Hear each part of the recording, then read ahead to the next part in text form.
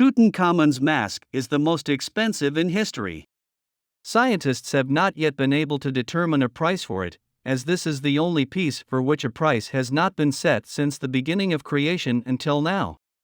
The mask is pure gold and its type is rare, and there are precious stones in it, some of which are rare in existence, and some of them are not found now on Earth. Its height is 54 centimeters, and its weight is more than 11 kilometers of pure gold. The mask consists of 2 layers of gold, and the ancient Egyptian craftsmen connected them by using the technique of hammering, and the mask, of its splendor and genius of manufacture, was engraved, polished, and studded with a large number of precious stones, some of which were imitated with glass. He described the mask as saying that the king's eyes were made of quartzite and obsidian, or obsidian. The necklace worn by the king in the mask was made of more than one row, and it was studded with pieces of colored glass simulating lapis lazuli, jasper, carnelian, or carnelian, in addition to the obsidian stone, and all of these stones are arranged in 12 rows. There are also longitudinal lines on the back of the mask, from top to bottom. They are longitudinal lines of hieroglyphic writing, which are inscribed on gold. It is derived from the texts of the book Going Out During the Day or Going Out into the Day, or we call it the Book of the Dead, and it was among the funerary religious texts. Written on the mask, death will strike with its lofty wings all who disturb the king's peace. However, it is more than 120% well made, and this in the ancient era is an impossible thing to happen. Tutankhamun, or the Golden Pharaoh, as his world fame became famous, was one of the kings of the 18th dynasty of the New Kingdom.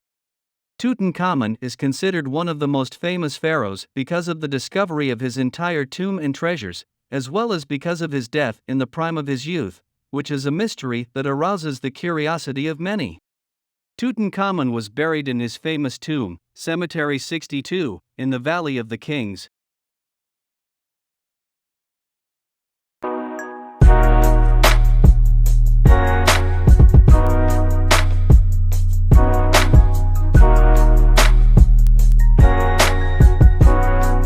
The tomb of the Golden Pharaoh Tutankhamun was discovered on the 4th of November 1922 by the British archaeologist and specialist in the history of ancient Egypt, Howard Carter, when he was excavating at the entrance to the tunnel leading to the tomb of King Ramses IV in the Valley of the Kings, and he noticed the presence of a large basement and continued careful excavation until he entered the room that includes the tomb of Tutankhamun, and on the walls of the room containing the tomb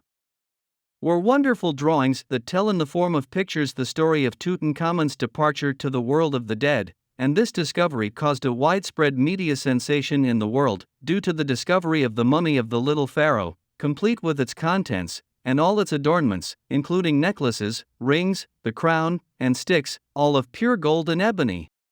On the 16th of February 1923, the British scientist Howard Carter was the first person in more than 3,000 years to set foot on the ground of the room containing the sarcophagus of Tutankhamun. The dimensions of the king's burial chamber are about 6m x 4m, and it contains the original rectangular sarcophagus made of quartzite stone, and the 4 protectors deities adorn its corners, spreading their wings to protect the sarcophagus and what is in it, and this sarcophagus contained 3 coffins inside. Carter noticed the presence of a wooden box with gold inlaid inscriptions in the middle of the room, and when he lifted the box, he noticed that the box was covering a second box decorated with gold inlaid inscriptions, and when he lifted the second box, he noticed that it covered a third box inlaid with gold, and when the third box was lifted, the British scientist reached the sarcophagus, which was covered with a thick layer of stone carved in the form of a statue of Tutankhamun, and when he raised this stone cover, he reached the main golden sarcophagus, which was in the form of a statue of Tutankhamun, and this golden sarcophagus covered 2 other golden coffins in the form of statues of the young pharaoh.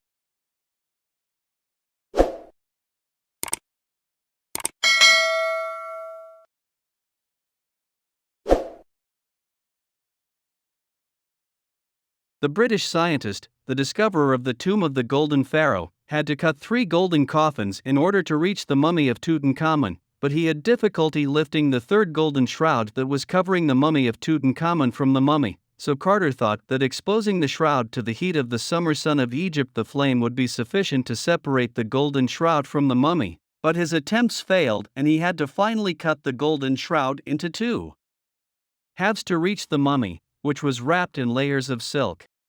All of them are made of pure gold, and in order to redeem these artifacts and jewelry from the remains of the golden pharaoh, the excavation team had to separate the skull and the main bones from its joints, using blades and wires to remove the golden mask, which was melted on the face of the golden boy Tutankhamun during the mummification process.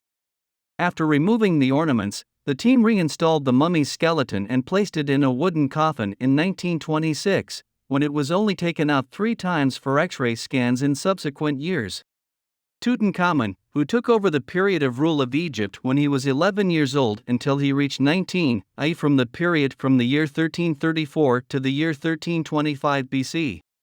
King Tutankhamun's height at his death was 170 centimeters. 100 sticks were found that King Tut used to walk so that he could walk. It was discovered from the drawings and inscriptions of the pharaohs that King Tutankhamun was sitting on the war chariot and he was shooting arrows, which indicates that he was injured in the legs and that it was difficult to stand on the chariot. It was later discovered that the cause of death was malaria. The king acquired genetic diseases from the ancestors and parents of the pharaohs, and a defect occurred in the genes as a result of the marriage between the brother and sister in the royal family. It is known that Tutankhamun is the son of King Akhenaten. And this King Akhenaten had married his sister to give birth to Tutankhamun.